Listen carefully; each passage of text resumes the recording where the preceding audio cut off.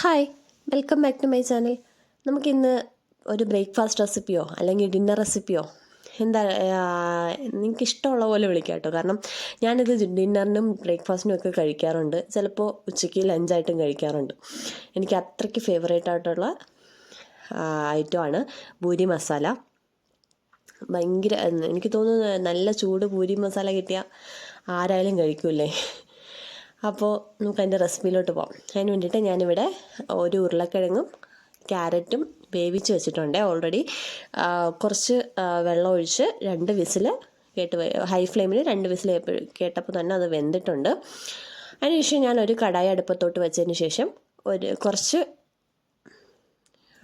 വെളിച്ചെണ്ണ ഒഴിച്ച് കൊടുക്കുന്നുണ്ട്. വെളിച്ചെണ്ണയാണ് ഞാൻ എടുത്തേക്കുന്നത്.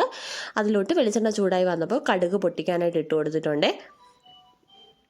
കടുകൊക്കെ പൊട്ടി വരുമ്പോഴേക്കും നമുക്ക് അടുത്ത് നമ്മൾ ചേർക്കേണ്ടത് ഇതിൻ്റെ നമുക്ക് കടിക്കാനൊക്കെ കിട്ടുന്ന രീതിയിൽ ദാലാണ്, അതായത് ഉഴുന്നാണ്. നമ്മൾ ദോശയ്ക്കൊക്കെ എടുക്കത്തില്ലേ, ദോശയ്ക്ക് അല്ലെങ്കിൽ ഉഴുന്ന് പൊടിക്കൊക്കെ എടുക്കത്തില്ലേ, ആ ഉഴുന്നാണ് നമ്മൾ ചേർക്കുന്നത്.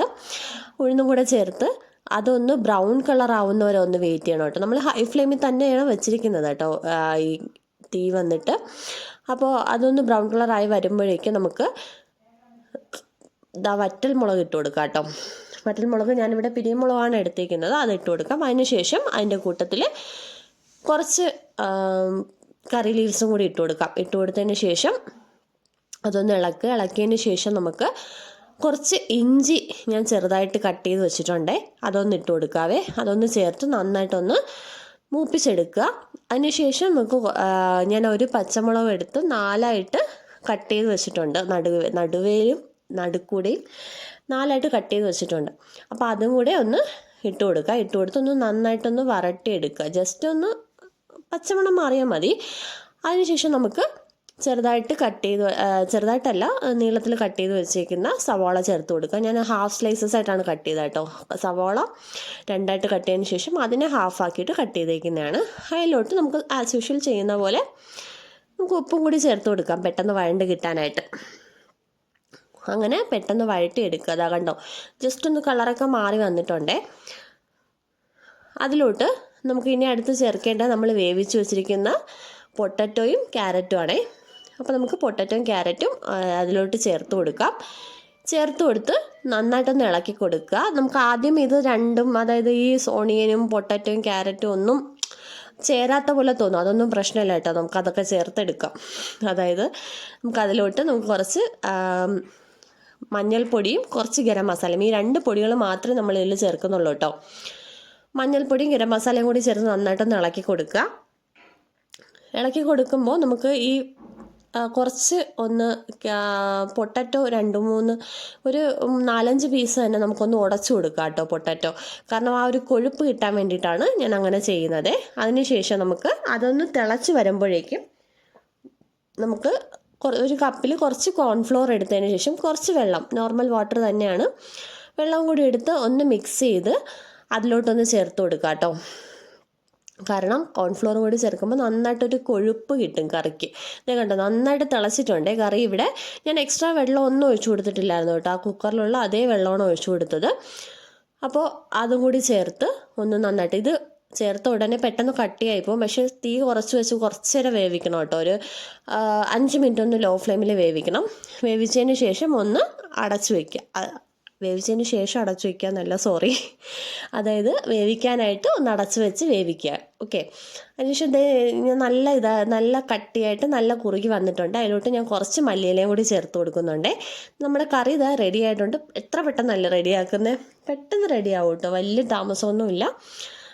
കറി റെഡി ആയിട്ടുണ്ട്. ഞാനതൊരു സെർവിങ് ബൗളിലോട്ട് മാറ്റുകയാണേ.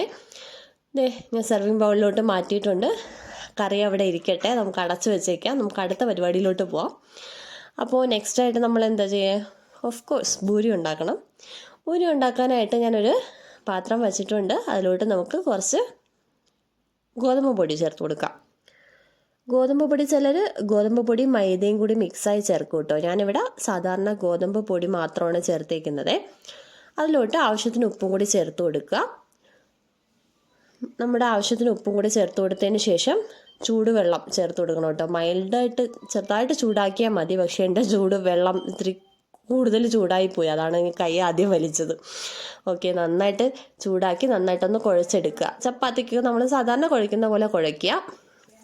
ആവശ്യത്തിന് വെള്ളം ഒഴിച്ച് അതിനുശേഷം നമുക്ക് ലാസ്റ്റ് കുഴച്ച് തീർന്ന് ഒരു ഇതായി വരുമ്പോഴേക്കും നമുക്ക് കുറച്ച് വെളിച്ചെണ്ണയും കൂടി ചേർത്ത് കൊടുക്കാം കേട്ടോ. വെളിച്ചെണ്ണയും കൂടി ചേർത്ത് നന്നായിട്ടൊന്ന് കുഴച്ചെടുക്കുക. എത്രത്തോളം കുഴയ്ക്കുന്നോ അത്രത്തോളം സോഫ്റ്റാക്കി ഇട്ടു കേട്ടോ. നമ്മൾ പൂരി ആണെങ്കിലും ചപ്പാത്തി ആണെങ്കിലും എന്താണെങ്കിലും. അപ്പോൾ ഞാൻ ചെയ്തെടുത്തിട്ടുണ്ട്. അതിനുശേഷം നമുക്ക് ചെറിയ ബോളുകളാക്കി ഇതിനെ ഒന്ന് മാറ്റാം. ചെറിയ ബോളുകളാക്കി മാറ്റുമ്പോൾ ശ്രദ്ധിക്കണം, ഈ അതായത് കീറി വരത്തുക, അതായത് ഗ്യാപ്പില്ലാതെ നല്ല ബോളാക്കി എടുക്കണം കേട്ടോ. ഇടയ്ക്കൊന്നും ഒരു വെട്ടുപോലെ വരാതെ ഞാൻ അങ്ങനെയാണ് ശ്രദ്ധിക്കുന്നത്. കാരണം വെട്ടുപോലെ വന്നു കഴിഞ്ഞാൽ നമ്മുടെ പൂരിക്ക് ഒരു ഇത് വരും, ഷേപ്പൊക്കെ മാറിപ്പോവും. ഷേപ്പ് മാറിപ്പോകുന്നതല്ല, അത് എന്തോ അങ്ങനെ വെട്ടില്ലാതെ വെക്കണം. എന്നിട്ട് ഒരു 10 മിനിറ്റെങ്കിലും റെസ്റ്റ് ചെയ്യാൻ വെക്കണം കേട്ടോ. റെസ്റ്റ് ചെയ്യാൻ കൂടുതൽ സമയം വെച്ചാൽ അത്രയും നല്ലത്. അതിനുശേഷം ഞാനിതാ ഇവിടെ കൗണ്ടർ ടോപ്പിൽ തന്നെ മാവ് കുറച്ച് ഗോതമ്പ് മാവ് തന്നെ തൂത്ത് കൊടുത്തിട്ട് നന്നായിട്ടൊന്ന് പരത്തിയെടുക്കുന്നുണ്ട്. ചെറുതായിട്ട് പരത്തിയെടുത്താൽ മതി, കാരണം കുറച്ച് കട്ടി വേണം പൂരിക്ക്. അതിനുശേഷം ഞാനത് ഇവിടെ എല്ലാം പരത്തിയെടുത്തിട്ടുണ്ട്. അതിനുശേഷം നമുക്ക് പൂരി ഉണ്ടാക്കിയെടുക്കാനായിട്ട് ഞാനൊരു കടായി അടുപ്പത്ത് വെച്ചിട്ടുണ്ട്. അതിലോട്ട് വെളിച്ചെണ്ണ തന്നെയാണ് ചേർത്ത് കൊടുക്കുന്നത്. ഈ കറികൾക്കെല്ലാം വെളിച്ചെണ്ണ ചേർക്കുന്നതാണ് ഏറ്റവും നല്ലത് കേട്ടോ. അപ്പോൾ വെളിച്ചെണ്ണ തന്നെ ചേർക്കാൻ ശ്രമിക്കണം. അപ്പോൾ വെളിച്ചെണ്ണ നന്നായിട്ടൊന്ന് ചൂടായി വരാൻ പ്രത്യേകം ശ്രദ്ധിക്കണേ. നല്ല ഹൈ ഫ്ലെയിമിലിട്ട് നന്നായിട്ട് ചൂടാക്കി എടുക്കണം. ഞാൻ എന്താ കുറച്ച് മാവൊന്ന് എടുത്തിട്ട് കൊടുക്കുന്നുണ്ട്, ചൂടായോ എന്ന് അറിയാൻ വേണ്ടിയിട്ട്. അത് ചൂടായി വന്നെന്ന് മനസ്സിലാകുമ്പോൾ ആ മാവ് പെട്ടെന്ന് ഇതായി വരും കേട്ടോ, പപ്പടം പോലെ ആയി വരും. അങ്ങനെ ആയി വരുന്നുണ്ടെങ്കിൽ നമ്മുടെ എണ്ണ ചൂടായി എന്നാണ് അർത്ഥം. നമുക്കപ്പോൾ അത് ഓരോന്നായിട്ട് ഇട്ട് കൊടുത്ത് നമുക്കൊന്ന് ഇതാക്കി എടുക്കാം കേട്ടോ. ഓരോന്നായിട്ട് നമുക്ക് ഇതിലോട്ടിട്ട് ഹൈ ഫ്ലെയിമിൽ തന്നെ പൂരി ഉണ്ടാക്കി എടുക്കാൻ ശ്രമിക്കുക. തീ കുറച്ച് വെച്ച് കഴിഞ്ഞാൽ പൂരി പൊങ്ങിയൊന്നും വരത്തില്ല കേട്ടോ. എൻ്റെത് ഭയങ്കരമായിട്ട് പൊള്ളി വന്നിട്ടില്ല, എന്നാലും അതായത് അങ്ങനെ പൂരി ഹൈ ഫ്ലെയിമിൽ തന്നെ ഉണ്ടാക്കിയെടുക്കാൻ ശ്രമിക്കണം കേട്ടോ. ഞാൻ ഇവിടെ എല്ലാവർക്കും കുറച്ചൊന്ന് ക്രിസ്പി ആയിട്ട് ഇരിക്കുന്നതാണ് ഇഷ്ടം. ഞാൻ അതുകൊണ്ട് ക്രിസ്പി ആയിട്ടാണ് എടുത്തേക്കുന്നത്. നിങ്ങൾക്ക് എത്രത്തോളം സോഫ്റ്റ്നെസ് ആവശ്യമുണ്ട്, ഇപ്പോൾ വെളുത്തിട്ട് ഇരിക്കുന്നതാണെങ്കിൽ അത്ര നല്ല സോഫ്റ്റ് ആയിരിക്കും പൂരി. അങ്ങനെയാണെങ്കിൽ അങ്ങനെ തന്നെ എടുത്താൽ മതി കേട്ടോ. ഞാനിപ്പോൾ ഇവിടെ കുറച്ച് ബ്രൗൺ കളറാക്കിയാണ് എടുക്കുന്നത്. ഓരോന്നായിട്ട് ഇങ്ങനെ ഞാൻ ചെയ്തെടുക്കുന്നുണ്ട്. കണ്ടോ, ഞാൻ എല്ലാം ഹൈ ഫ്ലെയിമിലാണ് ഇട്ടിരിക്കുന്നത്. ഇടയ്ക്ക് ഭയങ്കര തീയാണെന്ന് തോന്നുമ്പോൾ കുറച്ചൊന്ന് സ്ലോ ചെയ്ത് കൊടുക്കുക, വീണ്ടും ഒന്ന് ഹൈ ഫ്ലെയിമിലാക്കുക കേട്ടോ. നല്ല ഹൈ ഫ്ലെയിമിലാക്കി അപ്പോൾ നല്ല പൊങ്ങി വരും പൂരി. ഓക്കെ, കുറച്ചുകൂടി എണ്ണ ഒഴിച്ചു കൊടുക്കണം. ഞാനിപ്പോൾ കുറച്ച് എണ്ണ ഒഴിച്ചിട്ടുള്ളൂ, അതാണ് ഭയങ്കരമായിട്ട് പൊങ്ങി വരാത്തത്. നല്ല പൂരി മാവ് ഫുള്ളായിട്ട് കവർ ചെയ്യുന്ന രീതിയിൽ എണ്ണ ഒഴിച്ചു കഴിഞ്ഞാൽ അതുപോലെ വരും കേട്ടോ. അത് ഞാൻ എല്ലാ പൂരിയും ഉണ്ടാക്കി എടുത്തിട്ടുണ്ട്. ഇതാ കണ്ടോ, ചൂടോടെ ഇരിക്കുകയാണ്. ഇനി നമുക്ക് നമ്മുടെ ഫേവറേറ്റ് പാർട്ടിലോട്ട് കിടക്കാം, കഴിക്കുക എന്നുള്ളത്. ഓക്കെ, ഞാനപ്പോൾ ഇവിടെ പൂരി ഓരോന്നായിട്ട് എടുത്ത് വെച്ച് കറിയും കൂടി സെർവ് ചെയ്ത് കഴിക്കുന്നുണ്ട്. നിങ്ങളെല്ലാവരും ഒന്ന് തയ്യാറാക്കി നോക്കണം കേട്ടോ. ഭയങ്കര എളുപ്പമാണ്, ഭയങ്കര ഈസിയാണ്. ഞാനൊരു 1 മണിക്കൂർ കൊണ്ട് ഇതെല്ലാം ചെയ്ത് കഴിഞ്ഞു കേട്ടോ. ഭയങ്കര ഈസി ആയിട്ട് ചെയ്യാൻ പറ്റുന്നതാണ്. കുട്ടികൾക്ക് ടിഫിനിൽ കൊടുത്തു വിടാനും എല്ലാം നല്ല സൂപ്പറായിട്ടുള്ള ബ്രേക്ക്ഫാസ്റ്റോ ലഞ്ചോ ഡിന്നറോ എന്ത് വേണമെങ്കിലും നിങ്ങൾക്ക് എടുക്കാം, എന്ത് വേണമെങ്കിലും ആയിട്ട് കഴിക്കാം കേട്ടോ. അപ്പോൾ എപ്പോഴും പറയുന്ന പോലെ തന്നെ വീഡിയോ ഇഷ്ടപ്പെട്ടാൽ ലൈക്ക് ചെയ്യുക, ഷെയർ ചെയ്യുക, ചാനലും കൂടി സബ്സ്ക്രൈബ് ചെയ്ത് സപ്പോർട്ട് ചെയ്യണേ. താങ്ക്